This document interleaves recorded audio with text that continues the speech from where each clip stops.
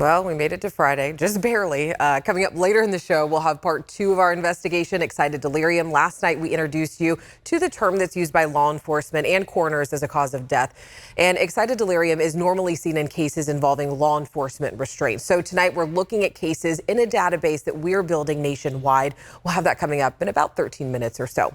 But first, let's get you caught up on the news of the day. And we start with this extreme heat. We know everyone's feeling it out there. Millions of people are going to feel it this weekend, including us here in Sacramento. And heat, if you didn't know, it's the most dangerous weather event, killing more people in the United States than any other extreme weather event. And that includes floods, hurricanes, and tornadoes. And cooling centers are opening across the region this weekend. Some areas like the San Joaquin Regional Transit District will be offering free rides to these centers. Public libraries are also a good place to visit if you're looking for the AC. All right, meteorologist Carly Gomez joins me now with more on the timing of this heat. Carly, if I had to say the timing, it's here now. It's here. We've been feeling triple-digit heat already as of today with 103 degrees for the high at Sacramento Executive Airport, downtown at 104. And if you're looking at ways to get out and at least enjoy a little time outside, yeah, 4 a.m. 4 a.m. is a good time. 6 a.m., 8 a.m. As you get to 10, fair, and then pretty poor from 11 on until at least 8 p.m. You'll be good closer to 10 p.m. as temperatures are expected to drop at that point around the 80s with overnight lows in the 70s. It's going to be hot out there in the Big Mountain backyard. You're looking at triple-digit heat currently in Sacramento and Stockton, Modesto at 97, 101 right now in Marysville, with Tahoe at 85 degrees. Yes, it's 6:30 p.m. We're still feeling the triple-digit heat. We saw that high of 103 in Sacramento, Fairfield, and Stockton, 101 in Oroville, 98 degrees in Modesto. The high pressure overhead is going to continue. That is leading to the excessive heat warnings as well as the heat advisory in place for the High Sierra beginning tomorrow morning, lasting through Sunday night. You could see temperatures between 100 and 110 degrees. We have that heat dome overhead with the jet stream further north. As we start getting toward middle of next week, Tuesday, Wednesday, Thursday, we get a zonal flow. Now, this is just going to cool us off briefly into the mid-90s if you consider that cool. And then we start to see the ridge building once again toward next weekend, expecting triple-digit heat to return for that following weekend. Lower foothill spots, temperatures 104 tomorrow in Groveland with 110 potentially in Ione, 100 in Pollock Pines, 95 in Truckee. Bay Area may be the place to be with those mid-70s to low 70s, San Francisco to Oakland, Rio Vista 104. And then taking a look here at the San Joaquin and the Sacramento Valley spots, Woodland 110 with Davis, potentially at 108 degrees, as well as Sacramento 109 for Galt, Lodi, Stockton 109, Modesto 108 in Turlock. It is going to be the hottest day of the week expected tomorrow with 106 on Sunday. Take a look as we start moving toward the middle of next week. We get into the mid to upper 90s. That's pretty much the extent of the cool down, and then we get back to the triple digits by this time next week. Alex. All right, thank you, Carly. And some places are closed this weekend due to the heat, so make sure that you stay up to date this weekend. You can download the free, again, this is free, ABC 10 app for a closer look at temperatures in your area. Again, it is free on your device's app store. Here's what else we've been talking about today. The father accused of killing his own 8-year-old daughter before turning the gun on himself has passed away. Police in Modesto say 50-year-old Donovan Hallstad passed away in the hospital. Court records show that he was in court earlier before the shooting, and his wife filed for divorce, accusing him of domestic violence, and filed a temporary restraining order. Capitol Corridor has created a new schedule just for Taylor Swift fans. The train's line is offering a ride from Sacramento at Santa Clara Great American Station, which is around the corner from Levi Stadium, where Swift will play at the end of the month. Similar rides are also being offered for Beyonce and Ed Sheeran concerts. And California lawmakers are rethinking a state travel ban to states where LGBTQ plus rights are under attack. It impacts travel to 26 states. And in a new proposal, Pro Tem Tony Atkins is calling for reversing the ban and is also supporting a constitutional amendment that would make marriage a fundamental right. California law, we can't even go there to help or to support those who may be feeling under attack, nor can we get there to help widen understanding. Right now, California's constitution has the language in it that bans same-sex marriage because of a 2008 voter initiative. While it was overturned by the Supreme Court, California officials want the language taken out. And if you have student loans, listen up. President Biden announced another plan today. It's called SAVE, which stands for Saving on a Valuable Education. He says it will start this summer and be in full effect next year. So a few key takeaways from the president's plan. Borrowers who have paid or have been paying for 20 or 25 years under an income-driven repayment plan will see their remaining balance wiped away. And those who borrowed $12,000 or less will see their debt forgiven after paying for 10 years. Every additional $1,000 borrowed above that would add 1 year of monthly payments to their required time before their loans are forgiven. We will have more on this plan, of course, as it rolls out, and student loan payments are still expected to restart in October, so make sure you mark your calendars. All right, coming up into the point, the home insurance crisis, what Travelers Insurance is now saying about policies in our region. And later in the show, our investigation into the theory excited delirium continues. We dig into the national database that we're creating about those who died in the hands of law enforcement.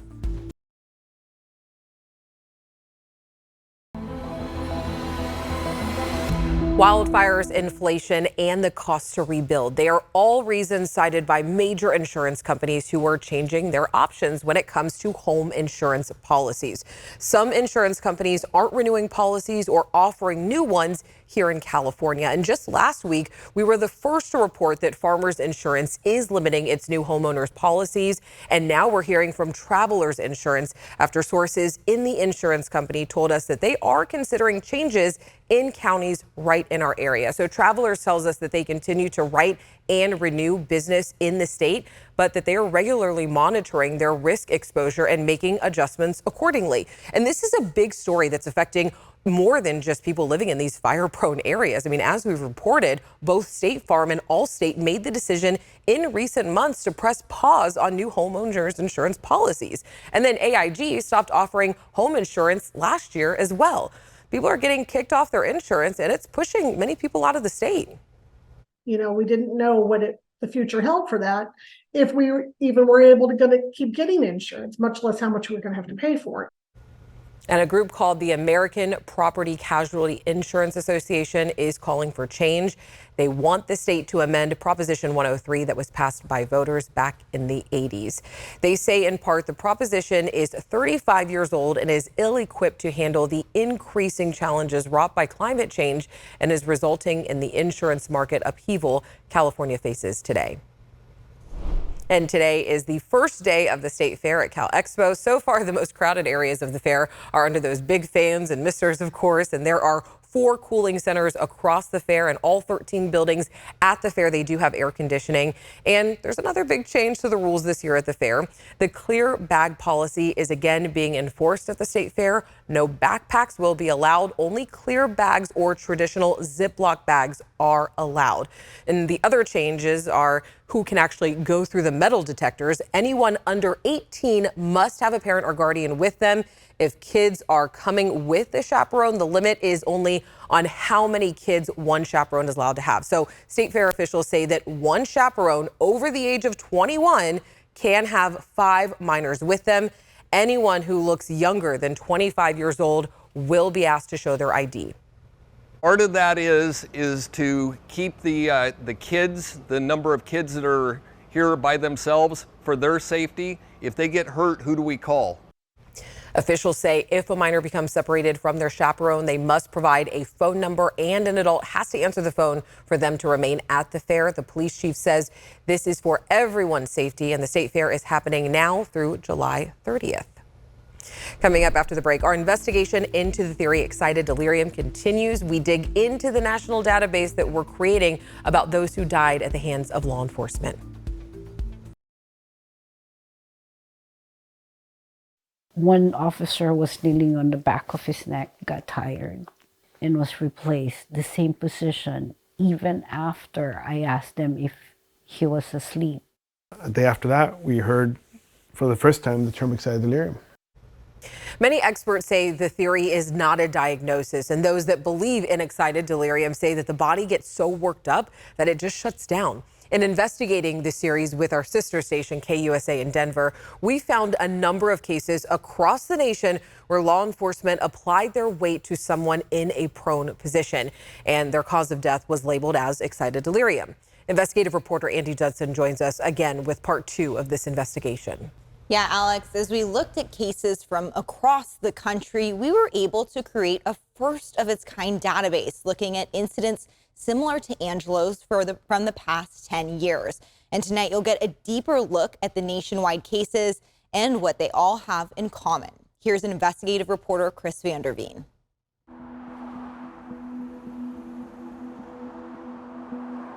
On a busy road, a damaged car slowed to a stop. The whole innocent until proven guilty, I learned, is not the way that it works. Inside, an incoherent and sweating profusely man appeared dazed. Bob Rigg was my husband. He was my dad. Judy and Jenny knew Bob was no drunk, no addict, and yet My life just shattered at that day. minutes after the 2009 crash, police suspected Rigg was under the influence when, handcuffed and in the back seat of a police car, he stopped breathing. It doesn't make any sense to me at all. The officer who arrested him concluded, yeah, I think it's excited delirium. I didn't really know what it was. I think we had a very long conversation just trying to understand what excited delirium was. Excited delirium, a potentially fatal and oftentimes drug-fueled consequence, some believe, of a body's inability in essence to slow itself down. Journals like this suggest it's marked by bizarre behavior and sweating, among other things. Yeah, like Bob Rigg. Problem is, did your father die of excited delirium? No, he didn't. Bob Rigg experienced something far less theoretical. He's not a drug addict. He was a diabetic and he was low. Both of them were just shocked when I told him he was a diabetic.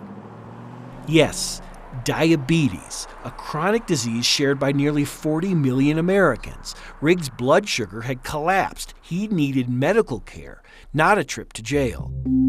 Our investigation, a first-of-its-kind analysis, has now linked more than 135 deaths across the U.S. since 2010 to the words excited delirium. We found excited delirium written into autopsy reports, police reports, and court filings.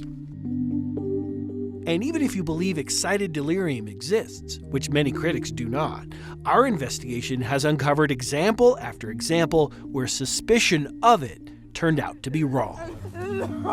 Guess who gets ketamine? Yeah, seriously. 2018, Colorado Springs, Colorado. Suspecting excited delirium, a paramedic injects Jerica liqueur with ketamine. A medical examiner concludes that, and not excited delirium, contributed to her death. Stop. I have a right to stop you because you're being suspicious.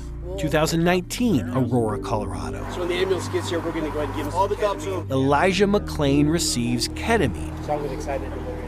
After an incorrect diagnosis, he stopped breathing minutes later. Zero suspicion. Late last year, Adams County deputies suspected That's trying to kill me. as they restrain a man undergoing a severe mental health crisis, face down and strapped down into a gurney for 16 minutes. Arthur Roybal dies not long after. Why? This was, in my mind, a classic case of positional asphyxia. Dr. Bill Smock, a nationally recognized expert in the use of force, says it's far too common for officers to think they're seeing excited delirium when something else is taking place. Did you consider other possibilities as causes that you evaluated and dismissed as unlikely? Absolutely. It's what he told the jury in the trial of the officer now convicted of murdering George Floyd. You might not know it, but excited delirium. I just worry about the excited delirium or whatever. That term explains in part why Minneapolis officers held Floyd face down in 2020. Dr. Smock says excited delirium had nothing to do with Floyd's death. He was conversing with the officers. He was telling them he couldn't breathe. Was his speech understandable? Yes. Was it incoherent? No. He says suspicion of excited delirium can cause officers to do some really dumb things, like continuing to hold a suspect face down for too long. Once they're handcuffed, they are not a threat to you. Put them on their side. No one dies on their sides from positional asphyxia. Our database includes more than 116 million in settlements and verdicts. Nearly half of those on our list died after prolonged prone or face-down restraint. More than half received electric jolts from stun guns or tasers. People like Paul Silva in California, Ronald Green in Louisiana, and Manny Ellis in Washington State. You embrace myths because they benefit you in some way to embrace them. Michael Freeman says it's time to retire the term, mostly because of this study he co-authored.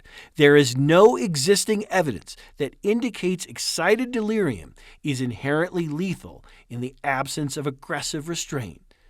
In other words, when there's law enforcement involved and the death occurs during restraint, that's when the term excited delirium is invoked. It's all left people like Judy Rigg to wonder, what if? It'll be 14 years, September 9th, that Bob passed away, and I still play those scenarios. We found to this day the Lakewood Police Department warns its officers of bizarre and irrational behavior, adding people with excited delirium may die regardless of what actions are taken by the police. I have kids that's never met my dad. My husband never met my dad. What, she wonders, will finally convince officers they may very well be dead wrong.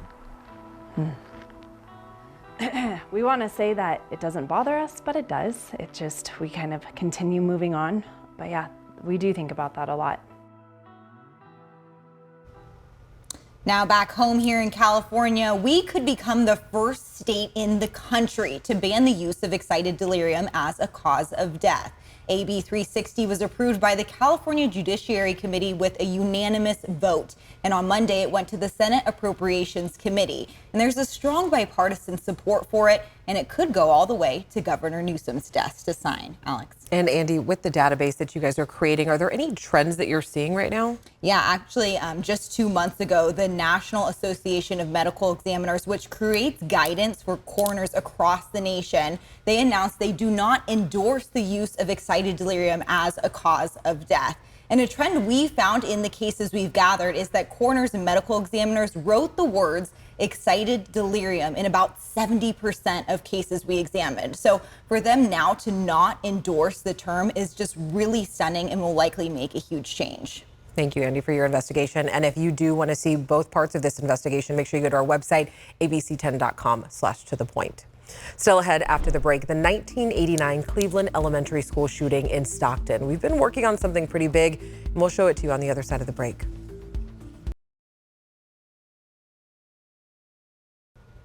We like to end the show with what we're working on, and well, we have something big heading your way next week. On Wednesday, actually, we have a special presentation on the Cleveland Elementary School shooting in Stockton. And we want to let you know now that some of these images can be very hard to see. But back in 1989, 5 students were shot and killed in what was one of the nation's worst school shootings for its time.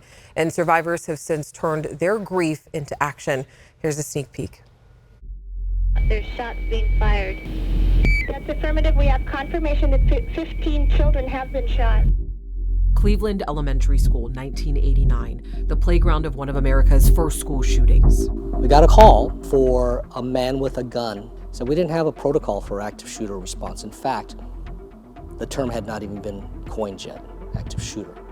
We've got children scattered all over the school. I haven't even got a bearing on where all these children are. We had no supplies. There was nothing to stop the bleeding with except our hands. More than 30 years later, as I approached one of the portables on the corner, I heard a gunshot. Survivors are coming together to share their stories on this playground. It robbed me of that innocence of being invincible, because I had friends that were killed that day. So I do have PTSD and panic disorder. From the playground to the national battleground, guns have left our country divided, creating a new generation of school safety. And you can catch What Will Save Us, remembering the Stockton school shooting, right here on To The Point at 6:30 on Wednesday. And you already know we always want to hear what's going on in your world and in your community, so make sure you reach out to us. You can send us an email at tothepoint@abc10.com. Have a great night, stay cool and stay safe this weekend. I'll see you on Monday.